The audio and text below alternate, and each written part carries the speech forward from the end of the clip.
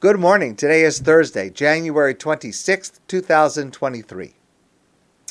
I mentioned before that had you gone last week to Gelbstein's Bakery in Lakewood, New Jersey, you could have purchased the frog cupcakes that they made, recognizing the second of the 10 plagues in last week's Torah portion, Va'era, the frog, Svardeya, frog cupcakes. I can't imagine what kind of cupcakes they have made for this week, the Parsha of Bo. At the Seder, for many families, it has gotten even more creative. There are finger puppets for all 10 plagues, which works out very well because there are 10 plagues and 10 fingers, so there's a finger puppet for every plague, for every finger. We have wind-up toy frogs that jump around the table. And there are funny songs. There's a funny song about the frogs here, frogs there, frogs everywhere. Funny song about Paro in pajamas in the middle of the night. And there is, in my opinion, something jarring about that, something that should be jarring to all of us. Rabbi Moshe Lichtenstein, a wonderful, wonderful person and scholar in Israel, he asked the following question. There are 10 plagues. 7 of them were in last week's Torah portion, and 3 of them are in this week's Torah portion. And by the way, just to share my own personal memory device, the word bo, which is this week's Torah portion, if you take the numeric value of those 2 letters, bet 2, aleph 1, comes up to 3. You can remember there are 3 plagues in bo and the first 7 in Va'era. Why are they split up like that? First of all, why not have all 10 in one portion? Or barring that, why not divide them equally? Why not have 5 in one, 5 in the other? Why 7 and 3? And Rav Lichtenstein explains because there is a fundamental shift from last week's Torah portion, Va'era, to this week's Torah portion, Bo. And you see this most clearly by looking at the secondary characters in the narrative. First, let's look at last week's Torah portion, Va'era. Moshe and Aaron come before Paro to perform a miracle that God has commanded them to perform. And they do this miracle, and they do it lifnei Paro v'lifnei avadav, in front of Paro and in front of his servants. The avadav of Paro, the servants of Paro, means his advisors, his political appointees, the government officials, the bureaucrats that run the country. That's avadav. So Moshe and Aaron do this miracle, and then Vayikra gam Paro l'chachamim u'lemachashevim v'osem heim chatumei Mitzrayim v'yasu kam heim chatumei Mitzrayim. Paro calls his sorcerers and his wizards, and they also do the same miracle. So notice, Paro's response to Moshe and Aaron's miracle is not from his advisors and his civil servants who run the government. It is from his religious leaders, the priests, the sorcerers, those people connected to idolatry that Paro had around him. They are the ones who respond to Paro, not the civil servants, because the civil servants at that moment felt, listen, this is a theological dispute. They say their God is greater. We say our God is greater. Let the theologians fight it out among themselves. Let the priests, let the rabbis fight it out among themselves. It doesn't affect the government. It doesn't affect the civil servants. And that theme, that sentiment, is repeated throughout the Parsha. And likewise, the purpose of those 7 plagues in last week's Torah portion is to try to convince Paro and his sorcerers and priests and wizards the truth of God, to convince Paro that God is the one who is all-powerful, to convince God that God is in control of nature. And that is achieved by the end of last week's Torah portion. Near the end of last week's Torah portion, by Yishlach Paro, by Yikra Moshe Aaron, Paro calls to Moshe and to Aaron, Vayomer Alehem, and he says to them, Chatasi hapam, I have sinned.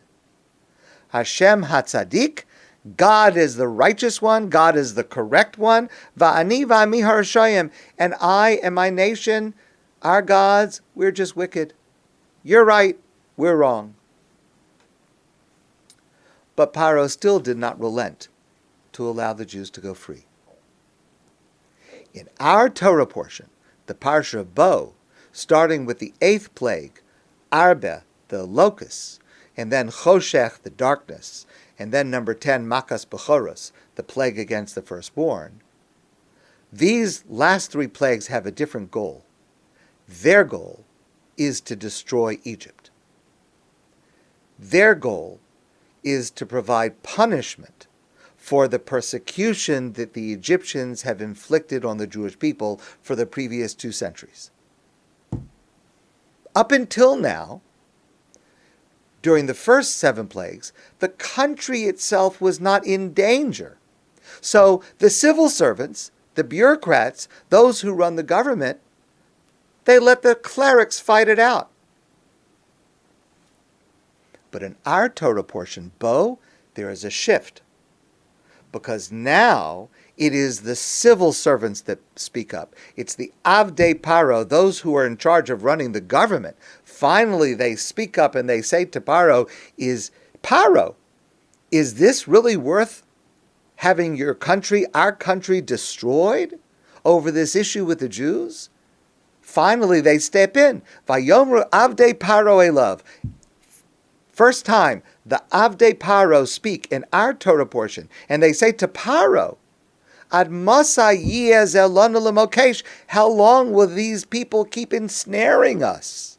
Shlachas anashim, let them go, send them out. V'yavdu es Hashem Elokechem, let them serve their God. Haterem teidaki avda Mitzrayim, is it worth holding on to them at the expense of the destruction of Egypt?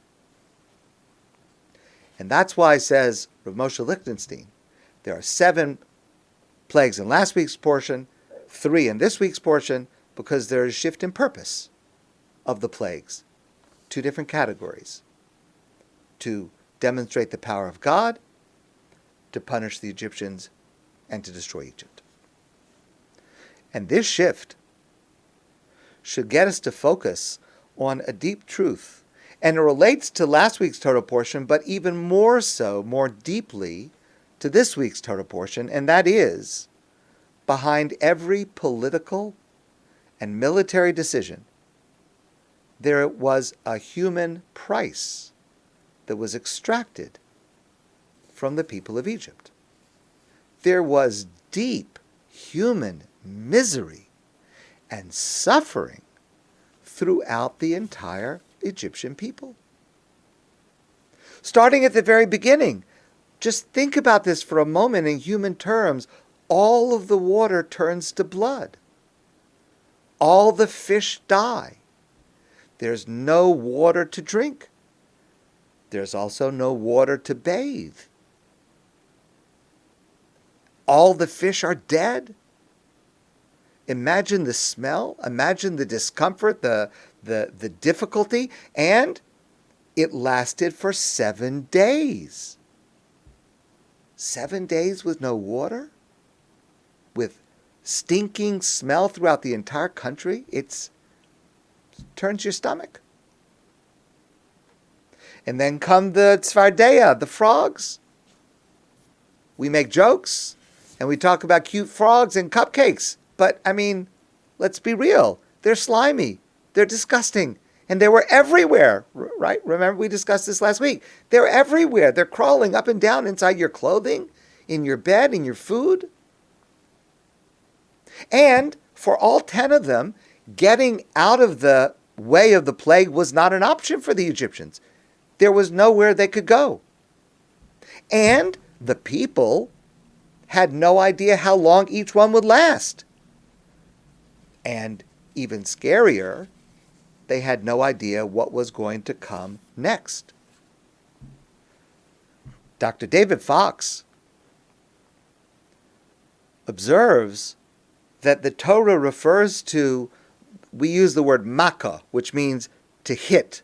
It was a strike against Egypt. But the Torah also refers to this as magefa, a plague, the way we would use the term magefa, a plague. And that happens when there is one calamity after another, where there is lasting terror. Even after the first hitting stops, the first strike, the terror remains, because there's uncertainty, there's fear, there's hysteria. And that creates an impact, post-traumatic stress, where the impact of the terror and the trauma and the hysteria lasts beyond just the strike itself. And this shift from what may have even started as personal inconvenience and then kind of disgust and then fear for a person's bodily safety, and finally the terror of death that came to every single household in Egypt. This is a vivid demonstration of the terror and the trauma that the Egyptian people went through. And Anne Gordon points out in an article in Times of Israel, and I think it's a really important essay, that somehow, strangely, these 10 devastating plagues have become the delight of Jewish children all over the world, and the subject of cupcakes and toys and songs. You might have thought that the Jewish community would develop a feeling of not talking about the plagues when the children are around. Because really, what could be more frightening? Maybe instead of making up toys and puppets and masks, maybe we should rate the plagues not safe for kids. This funny song, Paro in Pajamas in the Middle of the Night. But think about that for a moment. What was Paro doing in pajamas in the middle of the night? His son had just died. His country, his empire, was reeling from tragedy and chaos. There's nothing lighthearted about that. The song is upbeat. The tune is playful. But it does not in any way match the reality. I have no doubt it was just. It was necessary. It was richly deserved by the cruelty and evil, not only of Paro, but of the Egyptian people in inflicting that suffering on the Jews for over 200 years. And I have no doubt it was pinpoint precise, as only God can accomplish. No doubt. And I am also not suggesting to remove all of this from our recalling the Exodus. There is something about the plagues that captures the imagination of children, at least before they would think about it for too long and realize what exactly is going on. But kids are taken with them, and one of the important goals of the Seder on Pesach is to engage children, to interest children. And the frog song, just as one example, is just one way of attracting children's attention, and it works for this. And perhaps there is a pedagogic rationale. I'm not suggesting to eliminate it. My grandchildren would be too disappointed. But at the very least, as adults, especially this Shabbos, as we learn here this week's Torah portion about these last 3 makos in particular, and also on Pesach at the Seder, we should remember the famous wisdom of Shlomo HaMelech, King Solomon, in the book of Proverbs, Sefer Mishlei. Bin poloi vecha al tismach, when your enemy falls, do not rejoice. At the very least, we should be aware of the suffering and the human toll, the human trauma these plagues inflicted. Deserved, yes, but no less calling for at least our empathy and our discomfort at what happened to them. My friends, I want to wish you a great day, and I look forward to seeing you soon in person.